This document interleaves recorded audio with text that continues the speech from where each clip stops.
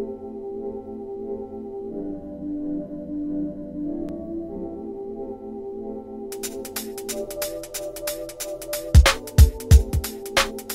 name is YNOT. I'm from the legendary Rocksteady crew.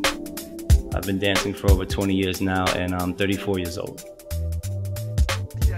I think the technique and power move for breaking is a part of it, but we can't forget that this is a dance, right? So everywhere I go, I just try to spread the knowledge of the rhythm, the music, the culture, attach it to the movement, right? We still need to do technique also, but it has to have some sort of rhythm and dance inside of it too. The dance aspect of it is the movement of our bodies to the music, right? So there's a beat playing and then we're reacting to it.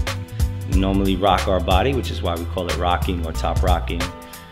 When we go on the floor, it's called floor rocking or footwork, and then we have the power moves and the freezes. But everything is done rhythmically, right? From day one, the beginning of the dance was done to the music with rhythms and patterns, right? Now, I think because of the visual aspect of the move, everybody wants to just practice the move. They don't see the connection with the move and the music. And I think if they saw it more, they would understand, oh wow, okay, so it's done also with this beat here. Which is why everywhere that I go and I dance or if I teach, I just try to focus on the rhythm. I can come teach a technique, but there's a lot of people who can do that, but not too many people who can explain the music, who can explain why the step goes here, why is it done to this type of count inside the song, you know. So there's certain things that came with the culture, and I want to share that when I come. So I think there's so many street dances in China now. It's amazing.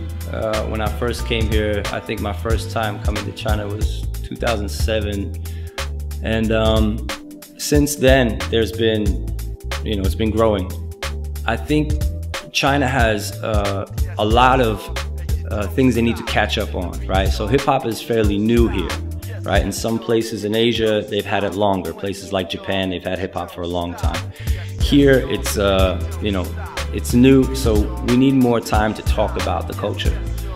Dance classes are good, but not always in class do you get the understanding of the music, the art, the community, the party, you know. It's something you can't really do inside a class either. So I think it's important that we do have interviews like this, that we do sit down, we talk to the older dancers while they're still here. You know, they come out a lot. There's a lot of OG poppers, lockers who come to China now. And I think we need to talk with them more instead of just do some class with them, you know. There's a lot of knowledge inside what we speak about. So to translate what we're saying is important, you know. For China to understand what the culture is like in America, it will help the dance more. If you're interested, you know. Like when I learned hip hop, I'm from the New York area, but I didn't start dancing until the 90s. So I had to learn the history first. I didn't know the history right from the beginning.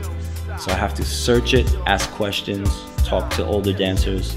Once I understand more, then I can say, okay, how can I be a b-boy today? How can I be b-boy in the 1990s, in the 2000s? And I think other dancers from other countries should do the same.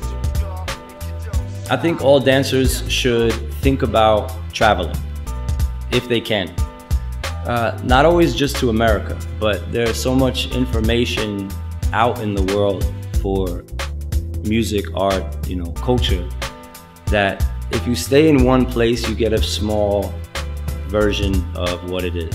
If you go out, you get different ideas, and then you can bring it back home. And I think that's important. When I started traveling, my eyes became more open, right? My creativity got bigger. And I think it's important for the dancers to do that. If they have the opportunity, even if it's just to the next town, or maybe up north, or go down to, you know, different country that's close. It doesn't have to be like so far. And gain some information, dance with other people, ask them some questions too. You know, everybody has their own idea. We don't always just have to ask an OG for information, right? You can ask the next person who's been dancing just as long as you. They also have a good idea of maybe some step. You can say, hey, what's that? Oh, cool, show me. I show you whatever, you know, and then exchange happens. So travel. All dancers should travel and ask questions all the time. Yes, yes, y'all, and you don't stop. 1, 2, y'all, and you don't stop.